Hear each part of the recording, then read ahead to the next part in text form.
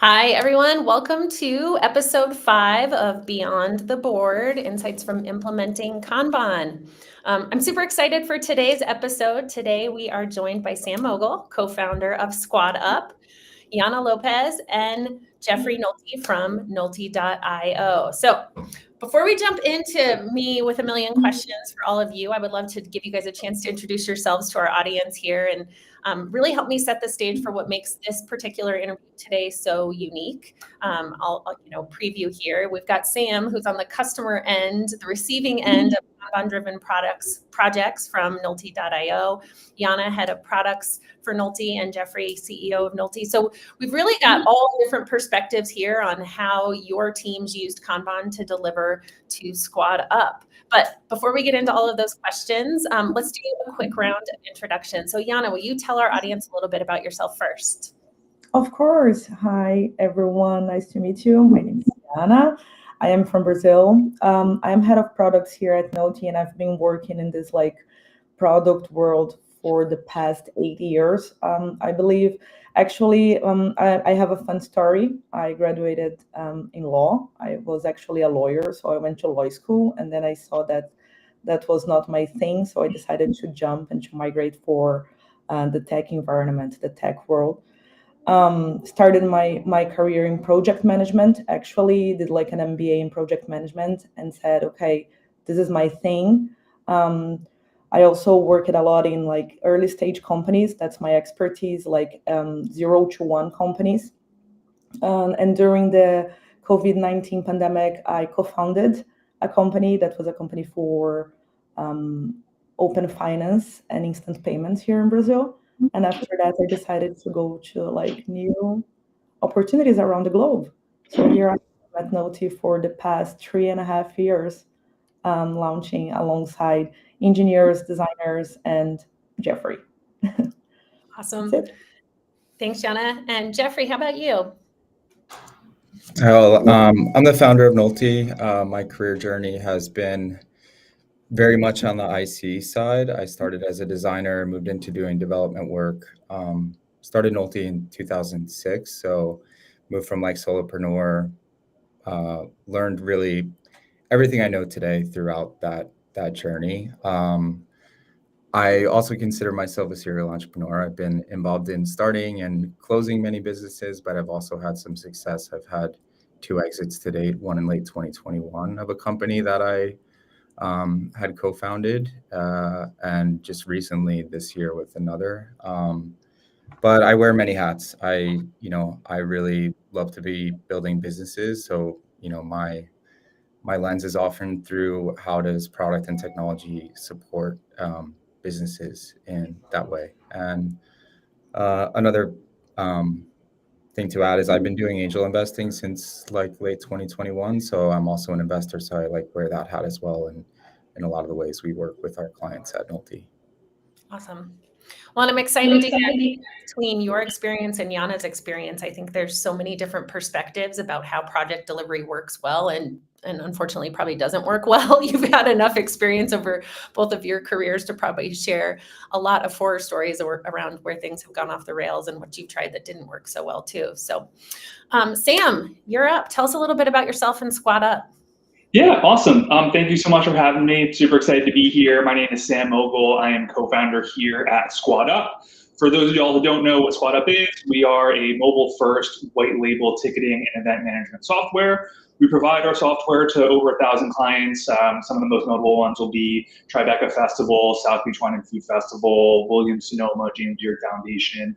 A lot of clients in the wine and food space. A lot of clients in the film and TV space, and more recently getting into the venue space as well. A lot of comedy venues and music venues and film theaters, things along those lines. My background is in user experience design and user interface design. I really got started way back in the day with graphic design, which I really got interested in and loved learning about. And then from there, kind of tried to grow and learn a little bit more, and found an amazing class at General Assembly, and really dug into user experience design and tried to learn as much as I could. And been sticking with that and really touching all things product and really all things business at SquadUP, but really focused on product side, my passion is really around building amazing interfaces and amazing prototypes and new features and things along those lines. And yeah, it's just been super fun to grow the business. I've been here since we got started back in 2013. So it's been a long ride and a lot of long nights and a lot of fun times as well. So just it's been really amazing, and kind of had the joy of working with Jeffrey and Yanna and the whole Nolte team on a really amazing project. So excited to talk more, answer any questions that you might have for me, and see where this goes. Awesome. Do you get free tickets to all those events, Sam? Usually it is in exchange for like working on site and making sure that things are going smoothly. So it's a good balance, and the events are really fun to go to. It's a luxury to be able to attend the wine and food events and the film festival events and the venue events. It's really a great space. That's awesome. Well, let's start with SquadUP specifically here. Sam, if you could give us a little bit of like context for what started your relationship with Nolte, what brought you to Nolte, and what the project was like that you were asking for help on. I'm really curious too, what the starting environment at SquadUP was like before working with Nolte, right? Like what kind of methods were you using, and how were you running projects? Sure. Yeah, that's a great question. I think that as a startup, what I'm about to say will probably resonate with a lot of people who are in similar positions. I think that oftentimes startups are kind of like resource restricted, and a lot of times the resources that are restricted might be on the product side and on the dev side. So our goal here was like, hey, we realized that we have a really great piece of software that it holds up really well. A ton of people use it, a ton of people love it, but we want to make sure that we are building product in a way that will allow us to scale more quickly in the future. We like what we have right now, but we want to make sure that we're thinking about growing the product and scaling out. So one of the things that we realized was that the dashboard that we had built for our users, again, while it's great and it has really held up to the test of time, it is using some frameworks and some technologies that are just a little bit antiquated. So what we wanted to do was we wanted to work on a project that would allow us to really modernize the frameworks that we were working with under the hood, while at the same time provide a nice design lift and refresh on the front end. So it's kind of like, serves a dual purpose there. So that's why we were so excited to get started on this project. One of the reasons why we were looking for additional help here is because we wanted to make sure that we were able to continue shipping new features on our end, while at the same time being able to think about these larger projects without having to worry about like where to pull resources from. So it was really, really great to get introduced to the Nolte team, and I think that pretty much from the first conversation we had with Jeffrey, I kind of knew that this was the group that we were going to work with, and they've just done an absolutely incredible job throughout the entire process. Couldn't be more happy with the end result and really all the steps along the way. And then I guess just in terms of methodology, in terms of like running project management, product management, being the co-founder and wearing many hats, that's one of the responsibilities that would ultimately kind of like fall on my plate, and one of the things that I really love to do. I'd say that historically, we've been a smaller team, so we haven't necessarily had to think about higher level product management tools. So we've really just like ran with Asana, which has been a really fun tool, and that like it's really straightforward, it's really easy to use. It's more of just like a shared checklist. So that was kind of like how we initially got started. When we started working with Jeffrey and Yanna and the whole Nolte team, we really got like a crash course into what Kanban like could look and feel like. I'm familiar with Kanban. I've used it for some projects in the past, and ultimately we just decided to go with a different method that made more sense for us at the time. But after getting kind of like a peek at how Kanban can be used to run product more efficiently, we've actually used some of those styles and made updates to our internal engineering team based off of what we learned. So hopefully I answered the majority of the questions, and just so fun to talk about it. Yeah, love it. Okay, I want to come back to what specific things you've pulled in-house, but let's talk a little bit more about this project first. Yanna, from your perspective, what did you see early in this project for SquadUP that right away you were like, this is more than just a design refresh, this is going to be like a full-on rebuild of the platform? I think the first thing I saw is like the importance of that dashboard for Sam, his operation, like the team.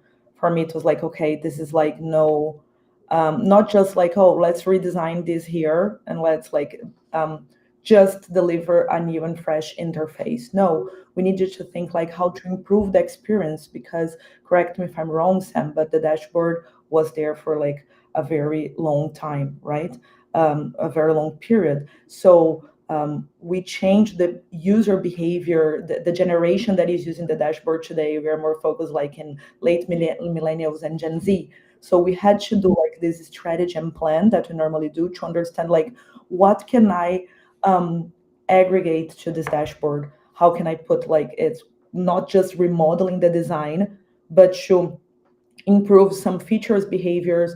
And I think that what helped us a lot was the collaboration between our teams and the background of Sam in the design area, because it was like pretty simple to have this conversation of like, okay, this is not just like color and typography. This is also about like, let's rebuild it to be like the best dashboard in the event scenario, you know?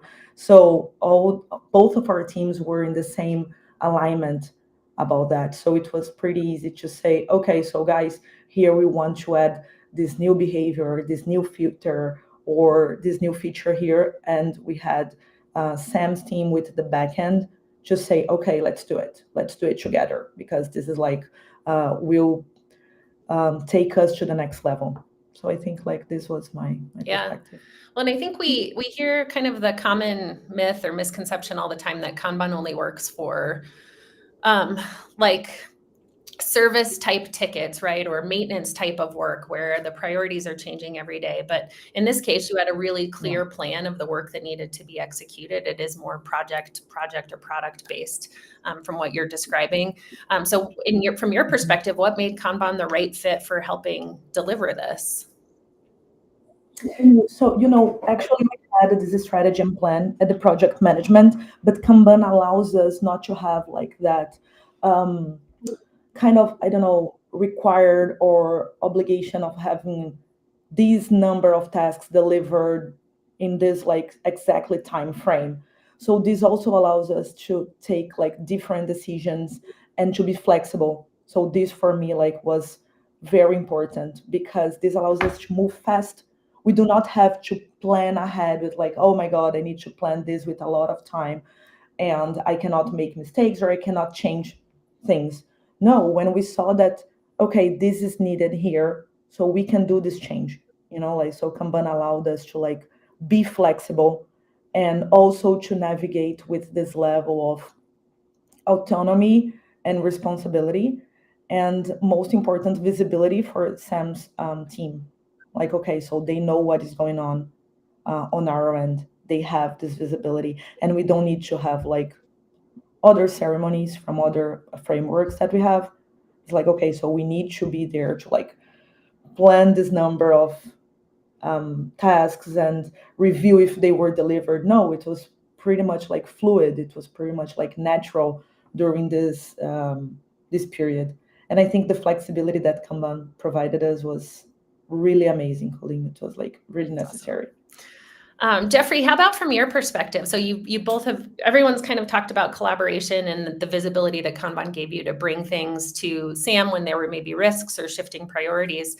How did that help you in terms of how you engaged with Sam and his team?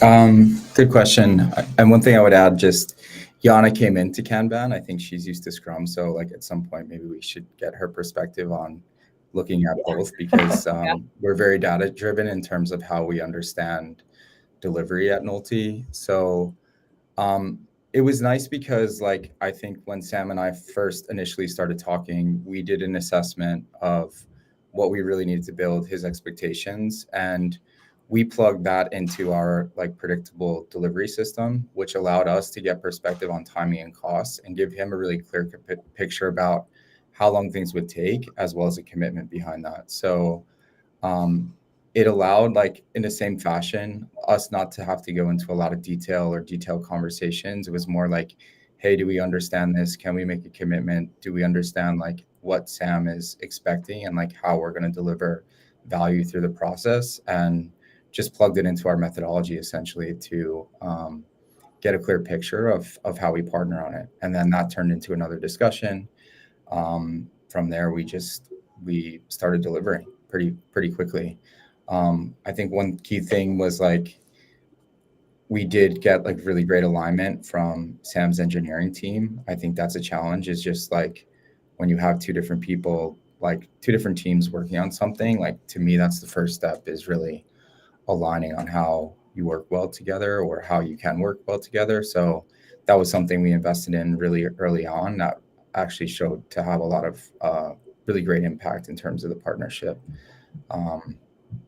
So I think that, might answer your question, because I'm more on like the understanding, like how do we partner in the early stages, and then I'll bring Yanna and the team in to like understand like what does delivery look like and how do we partner on things. So I think our process, makes that very, very easy to do. Yeah. Well, and Sam, what was your thoughts on this? So it sounds like you were probably new to Kanban at the beginning of all of this. Were you like, no new methods, please? Or Oh no, I kind of came in with like, I'd like to think that like I'm curious and always trying to learn, and like for me it's like, oh, this is great. I'm excited to see like the experts kind of show me all the things that Kanban can unlock, all the flows, all the processes that this new methodology can unlock. So I tried to come into it with a pretty open mind. And yeah, I was really impressed with how well the methodology worked. I think that Jeffrey and Yanna and the whole Nolte team did a really great job of setting expectations. They were super transparent. I think that, as Yanna mentioned, there was a lot of alignment, and I just think that allowed us to move through the project much more quickly than I had anticipated. Just being able to go back and forth either via like Slack message or email or Coda or whatever tool that we were using, just like being really available and just having those open lines of communication meant that like there were really limited roadblocks or times where it felt like, hey, the project is stuck and we need to figure out a way to get it unblocked. Just because I think that, we were always kind of like planning ahead, planning for future weeks, thinking about what the work would look like once we're done with the current task. So once the current task, epic, whatever it was done, we can move confidently into the next part of the project without having to figure out, is there anything on the dev side that needs to be done to unblock us? Or are there any design decisions that need to be made? Or are there any business rules that need to be approved? No, those are all kind of worked through in advance so that like when we're ready to move on, we can move on. So I was just really appreciative of that. And I think that kind of like helped me understand the power of the methodology and how well it can be used, and kind of the like results that you can get by really kind of like digging in and committing to that. Well, and it sounds like you had some tools and some data to help you with forecasting. And I think one of the things we see a lot when we're trying to forecast work is kind of a shift away from, Yanna, maybe you can shed some light on this too, but when we think about Scrum, we're often planning what we're going to deliver down to like very, very low level detail. And we're doing it very far in advance, where is what you just described, Sam, really just more of just in time planning. And that gives you that flexibility to change and adapt. How did that flexibility with what you were going to deliver change how you were forecasting? Because this is fixed date, fixed scope type work, right? So how did you marry those two different kind of concepts up? And Yanna, maybe you can answer that first. Yeah, like first of all, I would like to bring that.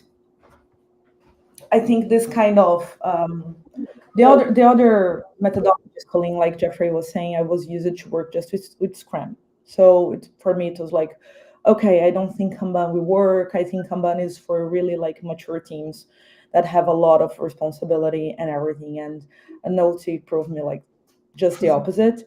But basically, because I also started to see that I like Scrum. I think it can work for other like projects, but I see so much value like in Kanban, because sometimes you are leading the ceremonies to micromanagement, like, or to control. And why do you need this control? Because you need predictability. Like that's the main like answer from people that use other methodologies, not just Scrum, but I need to know that these will be delivered in this exactly time frame, and like this sprint, right? Like it can be 1 week, 2 weeks, but I need to know that will be delivered. And at Nolte, we decided to like, okay, so we don't want to deliver tasks, we want to deliver value no matter what. So we need to be like responsible for the things that we are delivering, and to be really well prepared once this cycle starts.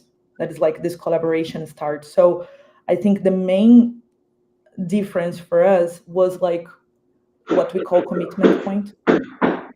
Prepare really well what we intend to deliver, and that's what Sam mentioned.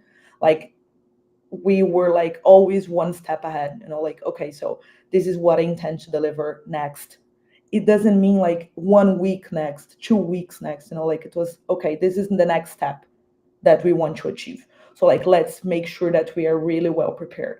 And from this commitment point on, there is a turning back, but this turning back can be like difficult to do. So we were like really committed, really prepared, and we were not attached to this idea that I need to deliver this until this day.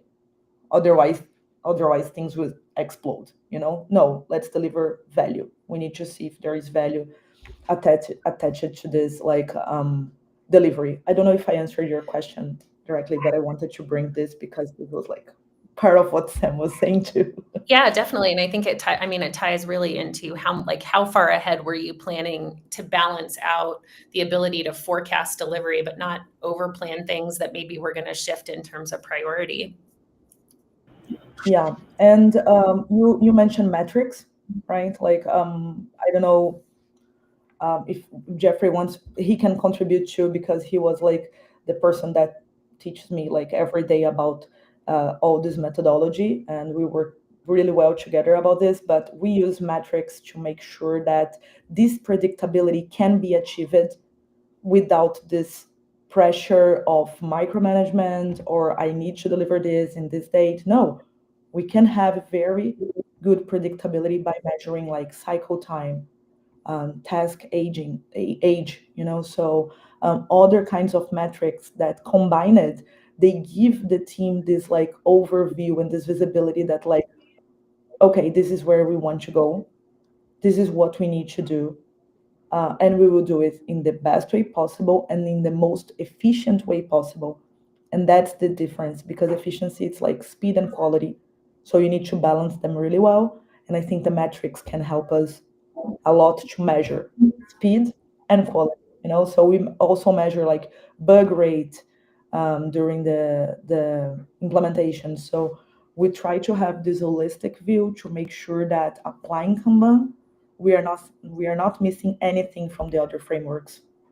We're just like getting value. And when you think about, oh yeah, go ahead. Sorry, I was going to add one thing I would say is like, I think relevant to your question. So, we assessed the work at a pretty high level. Like we understood this is the dashboard, these are the components or epics or areas of focus that we need to go through and like using our methodology for each feature or area. So like that's what was used to start. And then we plug that into the predictability method where we're monitoring like every week. We look at a scorecard that tells us like how many items are we delivered, which is typically features. A very small percentage of that is bugs, but it's features or stories that we are delivering. And that's what we use to predict the timeline, because it's really just using just-in-time planning, using the methodology. Some of the areas are like upstream versus downstream in the Kanban flow, but basically everything plugged into the system. So we go through that iterative process with Sam and his team to understand, can we start this task, and basically prioritizing, designing, defining, writing tests, delivering, integrating with the the backend system on an iterative basis throughout that whole process. And was there so any? I just wanted to add that. I think it's like relevant to what Yanna was mentioning too. Definitely. Yeah, I mean, on the Nolte side, was there any resistance or areas where your teams struggled with adjusting to these metrics that you were tracking? I know sometimes it feels like cycle time can be gamed, or there's pushback from the developers in terms of managing speed. So did you have any pushback from any of your folks internally on the metrics that you were starting to track for Kanban? I'll give a quick answer, and Yanna will have another perspective on that. Like, I would say there's a lot of pushback. Someone that like other teams that we've worked this is not with SquadUP or Sam and his team, but we've seen a lot of resistance or just like a lack of understanding. You don't know what you don't know, right? So, and it was the same for us. Like we had to go through the process of a lot of things breaking, a lot of unhappy like customers around just failed process. Like we've tried Scrum and all of this stuff, but I think what's worked best is Kanban. So I've seen a lot of resistance and reluctancy and like limiting beliefs around what is actually possible.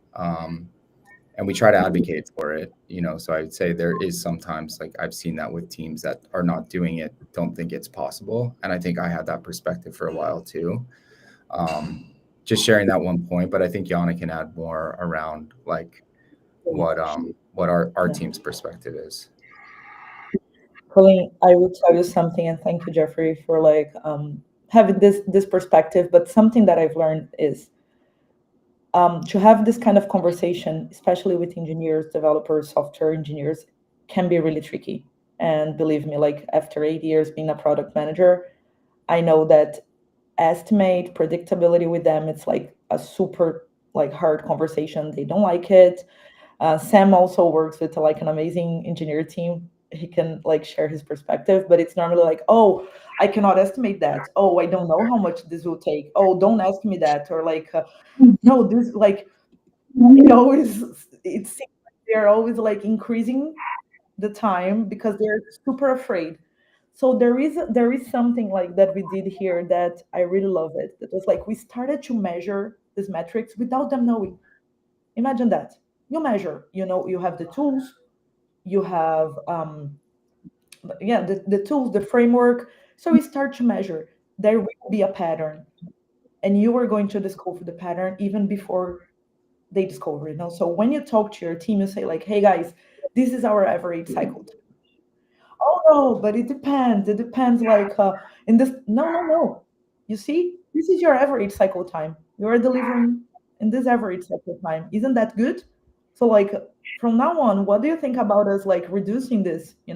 Because let's analyze exactly what happened in each situation here to see like where can we improve.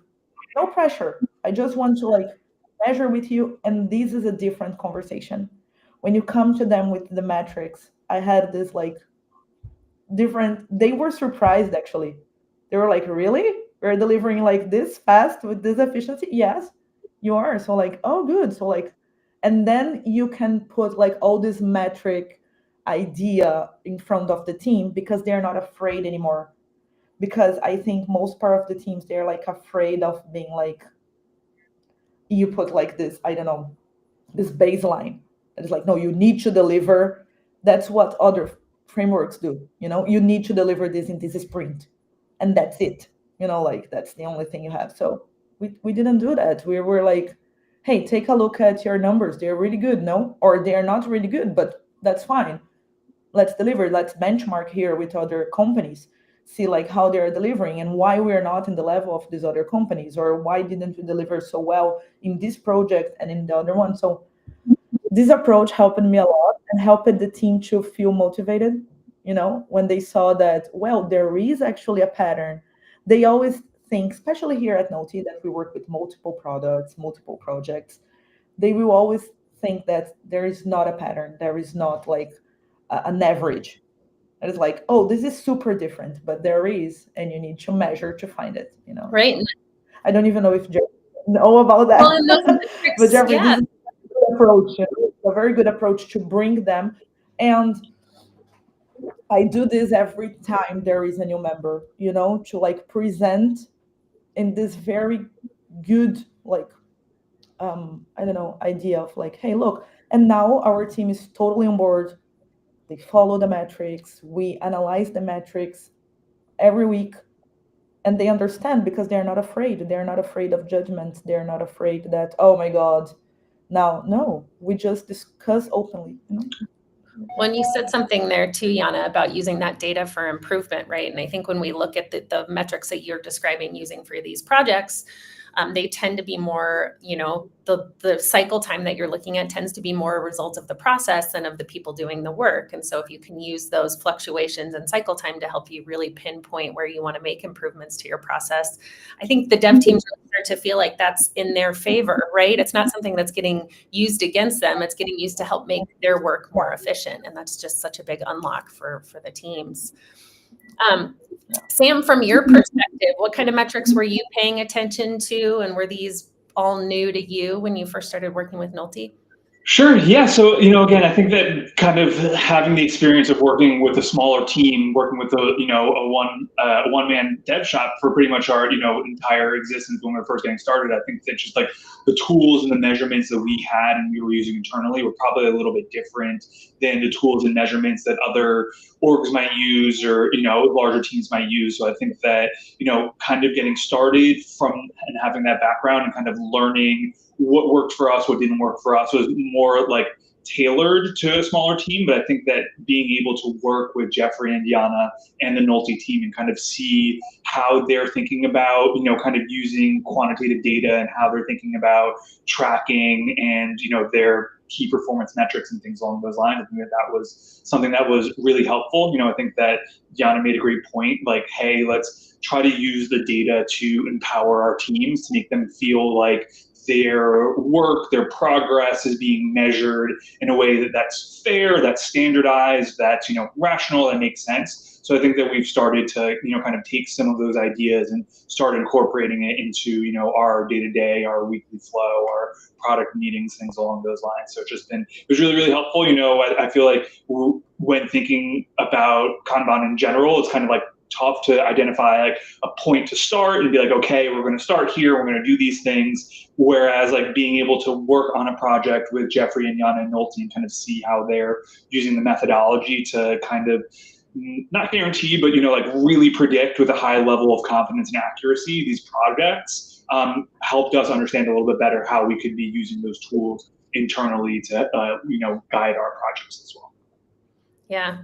Well, and Jeffrey, you mentioned that you guys built some internal tooling out to help you do these forecasts and analyze the data for the projects, not just with SquadUP, but across Nolte.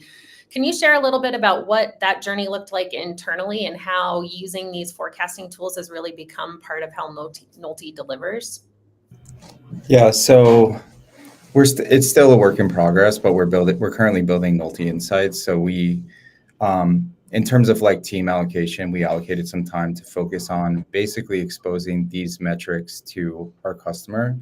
And the idea there is like we want to gain further alignment with how we manage understanding the metrics, kind of really like bring them into the process so they get more visibility and understanding like why these things matter. It's very foreign, I think. Like it was foreign to me, as someone technical, but like I've seen the methodology work actually. So like the idea behind Nolte Insights is basically where we can manage work, we can manage like what does the financial engagement look like? How is that tied to specific deliveries? How are we looking at cycle time? Everything related to that. And behind the scenes, we're also managing the aspect of like our team allocation, how we manage resourcing, things like that. And the idea is like we intend to actually like evolve the way that agencies work or like IT consultants work in general. Our aspiration is basically to move more to a delivery-based model. So we're just looking at outcomes for our end client. And the way we look at that is like, how do we encapsulate data? How do we encapsulate value into a feature delivery and then charge for that versus charging for hours and like getting involved in all these things? Because at the end of the day, I think, delivering value is really what matters. And that's how we hold ourselves accountable to a high standard. And we're looking to expose that and like really bring that into the mix and like show people that there is a different way to deliver. Because, I've experienced it, I've seen it, but it takes a long time. I think, one thing I would add to that is, based on everything we're saying, is like a cultural shift needed to happen first before these things started to work. And that was like, I went through like leadership coaching and a lot of things. I always wanted certainty around everything. And now we just like work without having certainty. And I think that's like to appease our anxiety is what I would say. And I know that was true for me. And the cultural shift is like the first thing that needs to happen and when implementing this type of change and starting where you are today. And one other thing I know that Sonia Sidorova, who taught me all of this methodology, and I went through Nave. We used Nave, her tool, to like help with all the stuff that we measure today, basically connected to Jira. And she says, manage the work, not the workers. So if you think about that, that's to me more of a cultural thing that, is not about micromanagement. It's about empowering and challenging the people within your organization to focus on the things that matter and ensure that we're focused on the work. It's not about like a micromanagerial culture and things like that. So yeah, I'm going to be writing a lot more about Nolte Insights, our learnings there, and we plan to evolve that and have that a core part of our offering. So awesome. Thanks for asking about that. I feel like what you said about that shift, right? Moving away from this sense of trying to plan everything at a low level and have all of this control. It's like such an interesting shift in thinking, because it's like that feels like it's giving us control, but then it actually just feels like it creates all this stress of trying to get back to that plan the minute something changes.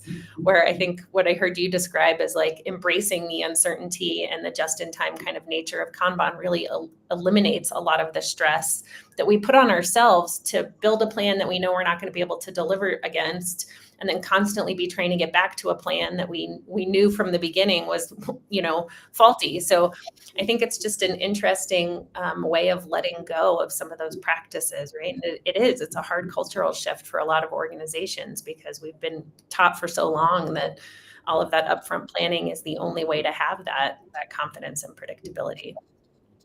I've never seen it work. I've tried for years and years and years and years. No. I've never seen it work. So what would you say is the biggest difference that Kanban has made in your ability to deliver? Is it speed? Is it predictability? Is it adaptability? What's the biggest thing it's given your teams? I mean, we're the three things that we're looking at now, and we're trying to also like evolve our model to help support other teams right now in order of adapting the methodology, like where they can use some of that. But I mean, we look at speed, quality, and predictability. Like those are the three areas. I mean, it's helped in all of those areas, but it's like chicken or the egg, right? Because the cultural thing needed to happen first. Like, so I think Nolte as an organization is a much healthier one because of this, but I think related to it is the cultural shift that needed to happen first. But it allows like our teams to also like embody this way of working without certainty, and having more predictability around it. So, we don't have a micromanagerial like culture. We empower our teams, and I think we see a lot as an impact of that, like better retention, better engagement, better results for our clients, better quality. But there's a lot wrapped into that. Like I can attribute a lot of this to Kanban as a methodology that is like modus operandi for us, but yeah, a lot of things. I can't really pinpoint one thing, but it's just, yeah, like I would say like it's just ingrained in how we work now, and it provides a ton of flexibility and ability for us to like compete in the space, deliver results, be a good partner, be very cost effective and efficient. And I think, the other side that is really exciting to me is like charting a path and setting a standard for like what companies like us can look like for delivering value to their customers. Yeah, definitely. Sam, you said that there were some practices at the beginning that you learned from working with Nolte that you've incorporated into SquadUP. Can you share some of the things that you've brought in-house? Yeah, totally. I think that a lot of it is just like kind of figuring out the best tools for the job. And I think that the tools kind of evolve as the business evolves, right? The tools that you use when you first start your business might work great and they might help you get from A to B, but they might not be the same tools that you'll need to help get you from B to C. So I think that like an example of that and kind of tying Kanban into the conversation would be the way that we've more or less like historically done product management, project management has been through Asana, which is more or less a shared checklist, which I think that it's great. It's really easy to use. The user experience is nice, but it really gets a little bit more difficult to get the most out of it the more team members you add to the instance, right? Because it's easy to pull up a checklist and be like, okay, here are the things that we're working on for the week. Gets a little bit trickier when you have to be like, okay, here's what person A is working on, here's what person B is working on, here's what person C is working on. It just gets a little bit more complicated, difficult to juggle. So one of the things that we wanted to do was really start exploring the Kanban methodology a little bit further, and we shifted from Asana, which again was great when we needed it, and when we were a little bit more of a younger company, and we moved over to a tool called Linear, which in my opinion has been absolutely fantastic. I've loved Linear. I love everything that they do. Really, I love the way that they built the product. I love the way they think about product. I love the way that they talk about product, and I love the product itself. It's really, really nice. They will actually allow you to use a few different methodologies within their tool, so it's really flexible, but we really focused on getting the most out of Kanban and just setting up our project boards in a way that makes it really easy to track, okay, like what's in the backlog, what's coming up as to-dos, what are we working on right now, what's done, what are we blocked on. It just makes it a lot easier just to like visualize and communicate where we're at and where we want to be. So that's one thing that I think is really, really helpful and kind of in line with Kanban. It's just more or less like visualizing and understanding where we're at and the progress that we're making. And then the other thing that I think that ties into Kanban that Linear does really well is the metric tracking. With Asana, you don't necessarily have a way to say like, okay, I started the project on this date, I ended the project on this date, it was this type of project. Show me metrics on terms of like how long it generally takes me to complete these types of projects. Can't really do that in Asana. Again, I think that Asana is great, but you are just kind of like limited in some of the functionality that you have access to, versus Linear, where you have full quantitative visibility into every single aspect that makes up an issue or a product or a project, really whatever it is. So I think that that's one of the things that we're starting to do. And I think that Jeffrey and Yanna are both very right in that it's like a cultural thing, and it kind of takes a little bit of, being really considered about the way that you're thinking and about the way that you're planning your product in order to like really start planting those seeds. But I think that again, like working on this project with Jeffrey and Yanna and the Nolte team and seeing all the advantages of working with Kanban and just seeing all the great value that you get from using it correctly was really inspiring and really helped us like rethink about how we want to plan our product to be more scalable and be easier to grow as we, kind of continue to grow the business. Yeah. The visualization seems so simple and so obvious, right? But it's like we're so used to not doing it that it unlocks so much around better conversations and better decision making and understanding trade-offs that I feel like as soon as you have your board and you visualize that workflow and can visualize all the work and the work that's aging or the work that's blocked, it's just this massive unlock for having better conversations in real time instead of doing it, after there's a problem, which is how we often work, unfortunately. Yeah, completely agree. Well, we will open this up for questions from the audience here in a minute or two. But before we do that, Yanna, I would love to just have you share your advice on what advice you would have for another product team looking to maybe shift to Kanban practices or slowly start to move away from Scrum or different ways of working. Yeah, I think my 2 pieces of advice are trust your team and trust the data. But like mainly like don't be afraid of data and metrics. I know from my previous experiences that a lot of product managers, they are very like afraid of data and metrics because they're like, oh my God, this will tell like that we are like being terrible or like we're not performing as we should, but you need to discover at some point. And the best way to do that, it's like something that Jeffrey and I we always discuss when we're looking at the metrics are data tells a story. So it's like that's okay because, for example, we are not micromanaging number of tasks delivered per week because they need to be this number here. It's not like that. It's like, okay, our team had this throughput here. So like what happened? Well, there was a holiday. Well, these people here, like this one is in parent leaving. So we had like less number of like people working during this period, or this task here had more complexity, or this like, so we discuss it like openly. It's fine. Let's just like discuss what happened here. Like, because data can be like really good, can be really bad. So if you like you get attached to like, no, this is the number of tasks that I need to deliver every sprint, or this is how many tasks each developer needs to deliver, this will not make you like a very consistent and predictable team. This will get your team to be stressed, burned out, like looking at metrics like, I don't want to measure that. I don't want to have this conversation because everything is kind of like, why you didn't achieve that? And that's not the kind of conversation that you want to have with your team or use the metrics for. You need to use the metrics to like have a collaborative environment where people will say, hey, you know what? These tasks are huge. This should not be like one task. This should be one epic. Okay, so we committed a mistake here. Let's learn. Next time, let's not break like that. Is there time for us to change here? Yes, there is time for us to change because our system is pretty flexible. So let's break it more.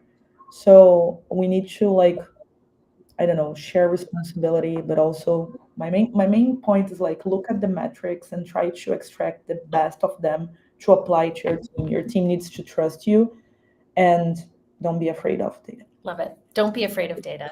I have had the same exact experience you just described, though, where I worked with one organization that said, oh, well, if this is what the Monte Carlo is telling us for this current throughput rate, then let's rerun it with one ticket per developer per day, and then just mandate that that's what all the developers have to deliver. And I was like, that's not how that works. And that's, it has a terrible side effect of people kind of gaming the work items then to fit the metrics that they're trying to benchmark against or that they're trying to hold the teams up to. And you're really not delivering any value. You're just pushing tickets through to meet that quota. So yeah, it can backfire for sure. Well, let's open this up here. If you have any questions for any of the folks on our panel today, we would love to have you post them here in the chat so that they can answer them directly. As you're thinking of great questions to stump this amazing team, please note that there is an awesome case study written up about Nolte's work with SquadUP, and we will that's going to be published on the Nolte.io site, but we will also link to it in the show notes on YouTube. So if you're watching this and you want to hear more in-depth account of any of the journey here with Nolte and SquadUP's work together and using Kanban to deliver their projects more predictably and efficiently, we will post the link to that in the notes as well.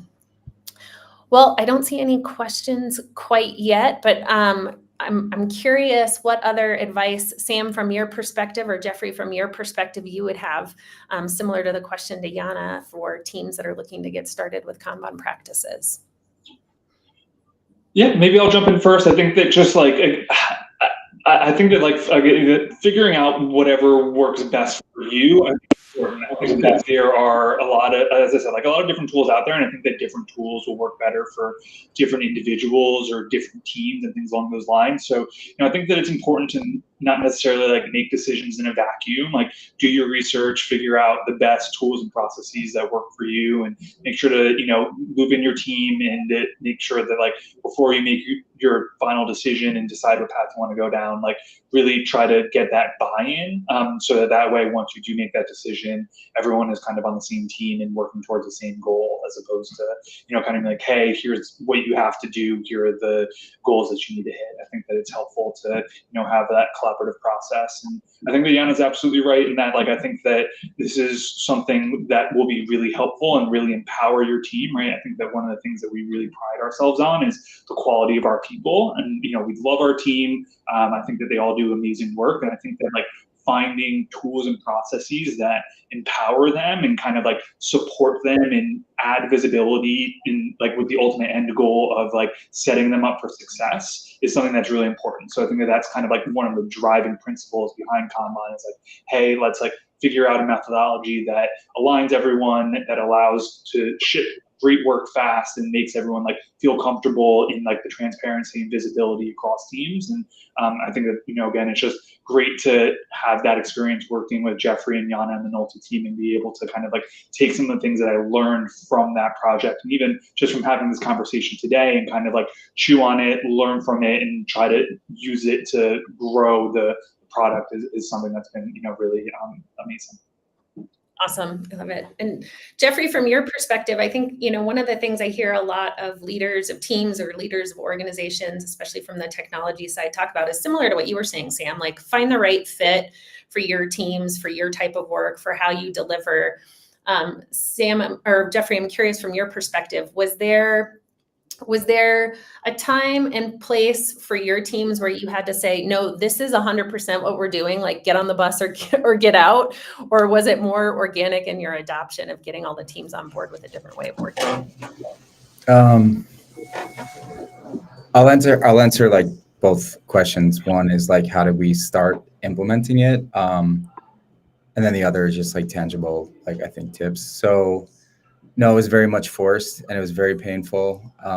This was like, I just knew something needed to change. And I would say it like didn't really start to work for us at the time when we implemented. Like Nolte was a very different company at that point. I would say like we had a board with probably, I don't know, 50 to 60 items on it and a team of like 3 people. And we were trying to manage like support tickets, all this stuff, apply the principles. And it was very much forced from me. I'd say on the other side of that,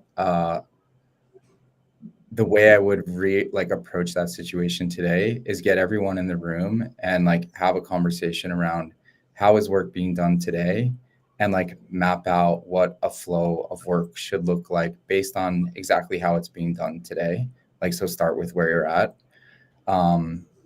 And that way you have alignment with the team too, and you're mapping how work is done. And then it's just more about constant improvement from there. So the baseline is just how you do it today.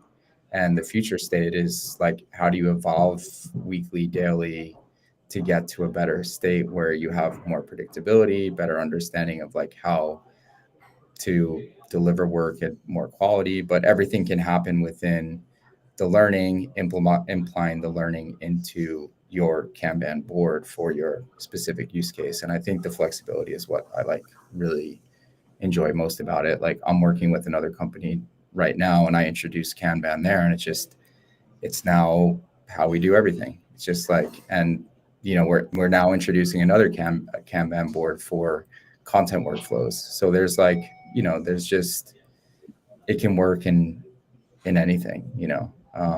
So it was very much forced, but again, like that was like, we introduced it before, like a lot of cultural shifts happened. And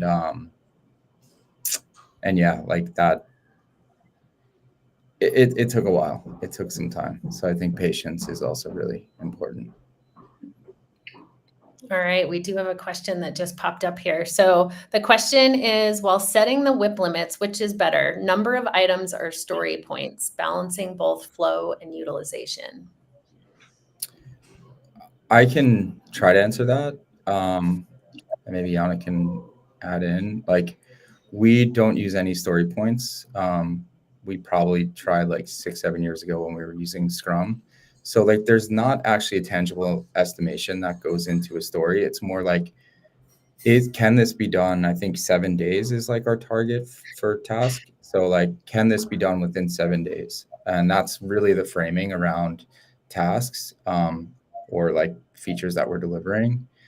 And work in progress limits. Yanna, maybe you can answer that. Like, I don't know how we're doing that on the board now, but my view is like story points is like an estimation methodology. Work in progress limits are just more focused on what's in progress and how do you set limitations around that.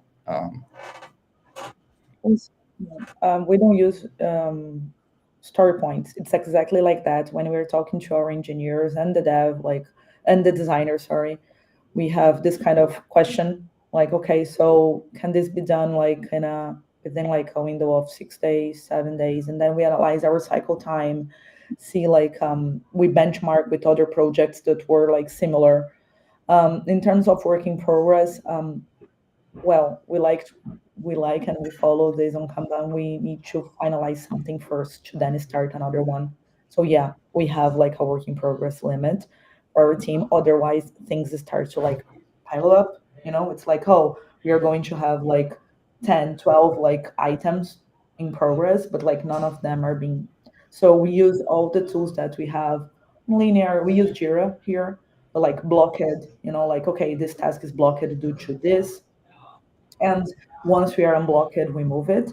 But work in progress is really necessary also to control like the cycle time, the lead time, because otherwise we are going to like not be super accurate on like how we measure. So here we don't use story points. We try to, as Jeffrey said, and it was not a good experience.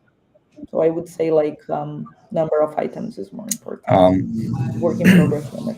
On the utilization piece, like we look at utilization based on like what is our hourly capacity right now. Utilization, like I mentioned earlier, we're aiming to look at what is the capacity of total items that a team can deliver. How do we assign a cost and then split that cost across the different products that we're managing or accounts that we're managing? So not sure if that answers the question. Yeah, no, and I think you're spot on there, right? Like if you think about WIP, it really is a measure of capacity, right? You're saying as a team, our capacity is this number of items in progress at any given time. And that might vary based off skill sets and specializations and different parts of your process, but really WIP is how we help manage utilization and capacity. So I would agree with what you guys said. I would go number of items and backstory points altogether. Well, I want to thank you all for joining today. I'm sure we could keep going here, but if people have any other questions, what's the easiest way they could find you or connect with you after today? LinkedIn for me. I think LinkedIn. Yeah. LinkedIn good for me as well. Awesome. Yeah. Great. Well, we'll make sure we have everyone's LinkedIn profiles added in YouTube as well. If you'd like to share this story with anyone else who might be interested in how Nolte has used Kanban to deliver projects for SquadUP and other customers, feel free to share the recording with them. And please join us again on September 30th when we'll be joined by Steve Tendon to be talking about economies of flow. Thanks, everyone. Thanks, Colleen. Great.